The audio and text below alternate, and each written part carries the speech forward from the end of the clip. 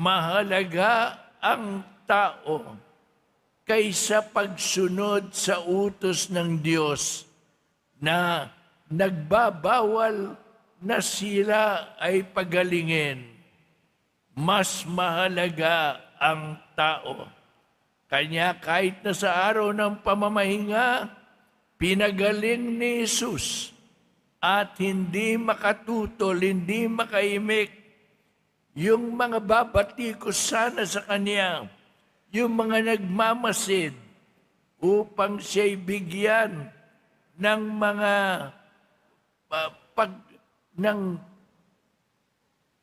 bintang, mabintangan siya na lumalaban sa kalooban ng Diyos.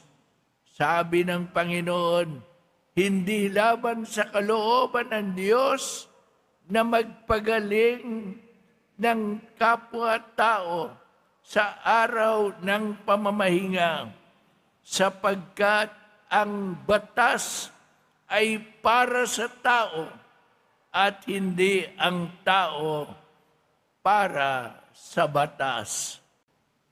Hindi kasalanan ang asikasuhin ng kapwa-tao kung kinakailangan, basta kinakailangan kahit na araw ng pamamahinga, pwede mo siyang unahin at bigyan ng atensyon.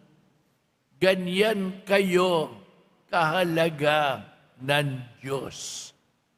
Mahalaga ka sa Diyos, pahalagaan mo ang iyong sarili, at pahalagaan mo ang iyong kapwa-tao. Amen.